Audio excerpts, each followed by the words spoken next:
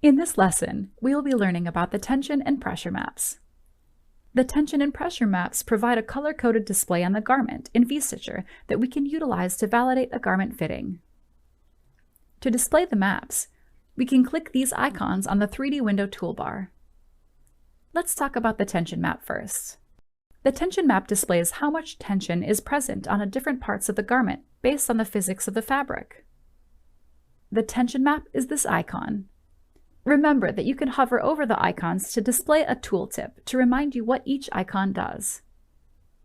When the tension map is turned on, the garment mesh or geometry is shown and a pop-up menu appears, defining the color values in grams per centimeters squared. The white areas are where there is no tension. In other words, the fabric is relaxed and not stretched out at all in those areas.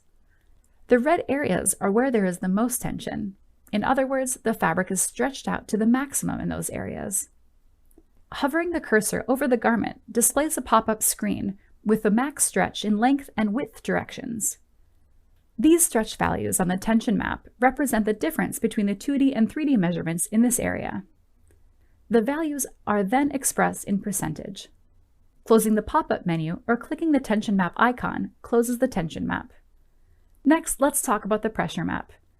The pressure map displays how tight the garment is on the avatar body. The pressure map is this icon. When the pressure map is turned on, color codes and a pop-up menu are displayed, defining the color values in grams per centimeter squared. The white areas are where there is no pressure. In other words, the fabric is not touching the body at all.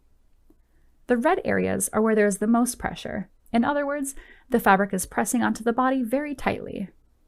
Closing the pop-up menu or clicking the pressure map icon closes the pressure map.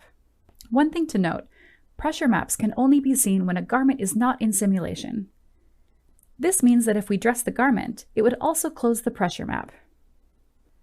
The two maps can be viewed together at any time and are especially useful in checking the garment fit. However, there are some points to consider when checking the fit of a garment using these maps. The tension and pressure maps look different for different fabric physics. A fabric like cotton jersey has tension and pressure maps that look very different to those of a fabric like denim heavyweight. Take this garment for instance. Let's apply the cotton jersey. Although the garment is sitting close to the avatar around the ribs, the tension and pressure maps don't show that there are parts of the garment which are too stretched or too tight. If we apply a non-stretch fabric like denim to the same garment, the tension and pressure maps show that certain areas in the garment have too much tension and are too tight on the avatar. In a way, the tension and pressure maps can tell us if a particular fabric is suitable for a certain style. We must also remember that the physics for a type of fabric may differ as well. For instance, we may have two stretch fabrics, but due to the differences in the stretch and drape properties, the tension and pressure map may also differ. A garment style also plays a part in understanding the tension and pressure maps. For example, if we are creating a pair of leggings for sportswear, we want these to give support to the wearer. We also want to use a stretchy fabric.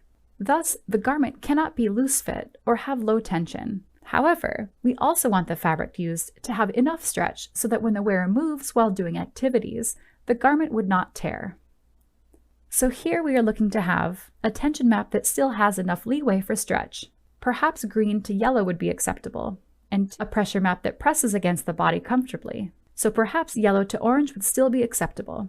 Whereas, if we have a garment like a regular fit men's shirt, we want the garment to not be stretched out in most areas and not tight on the body.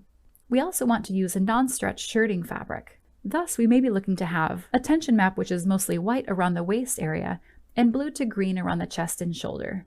And a pressure map that is mostly white and blue to green around the chest and shoulder areas only. To summarize the above points, because we see a red and orange area on the maps doesn't automatically mean that the garment is too tight. We may see that it is red, but that could be the tension and pressure that is just right for certain garments. The tension and pressure maps gives us the data, but we must use our experience and expertise to analyze the situation and determine what it means about the target fit. One option to easily determine if the fitting of a garment is okay is to create a visual library of tension and pressure maps for the common styles we create. For example, leggings, so that we know what leggings in a particular fabric should look like for a successful fit. Thus, the fabric used, silhouette, fit intent, and avatar are all important variables to consider when analyzing the tension and pressure maps. One of the ways we can utilize the tension and pressure maps is to use them with pose-to-pose simulation. This is especially helpful if the garment is meant for activewear, where users have to do big movements, such as when playing sports or doing yoga. This option can, of course, be used to check the fit of a garment in regular poses as well. For instance, sitting, walking, and so on. To do a pose-to-pose simulation, we must first ensure that the garment is dressed in the starting pose and that a snapshot was created. Next, we need to turn on the tension and pressure maps. We then select the relevant pose we want the garment to simulate into. For instance, this yoga pose.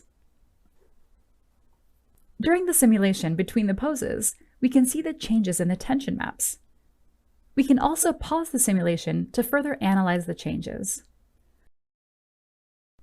For example, there is more tension around the thigh or crotch as the avatar is moving.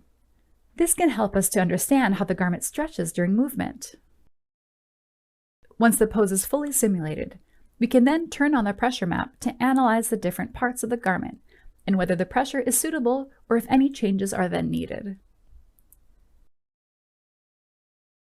Another point to note, if we want to see the pose-to-pose simulation again, we need to delete the existing snapshot of the final pose first, and then switch to the final pose.